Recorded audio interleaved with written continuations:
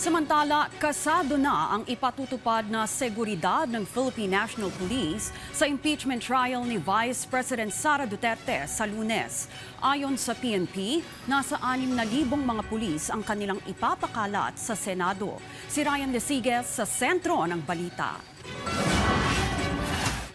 Hindi pa masabi ng Philippine National Police o PNP kung magtataas sila ng alert status sa susunod na linggo para sa pagsisimula ng impeachment trial ni Vice President Sara Duterte.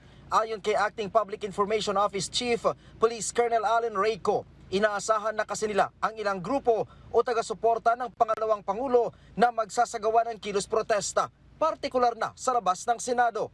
We do anticipate that there might be some groups, so we will be drawing the line yung dun po sa ating perimeter kung saan po sila pwede mag-conduct ng kanilang activity. Sa ngayon, kasado na ang security measures na ipatutupad ng PNP. Katunayan, aabot sa 6,000 pulis ang magbabantay sa labas ng Senado. Yung mismong hapon na ito, the PNP will be conducting a final coordinating conference among all units for the final preparation po sa ating security plan. Wala naman na monitor ang PNP na banta sa impeachment trial. We will do what is appropriate. We would like to reassure the public that the PNP will be doing everything so that this process of impeachment trial will be held in an environment that is safe, peaceful, and orderly.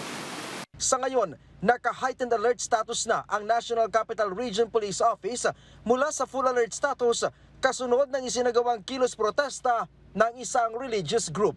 Mula dito sa Campo Crame, Ryan Lesiges para sa Bayan.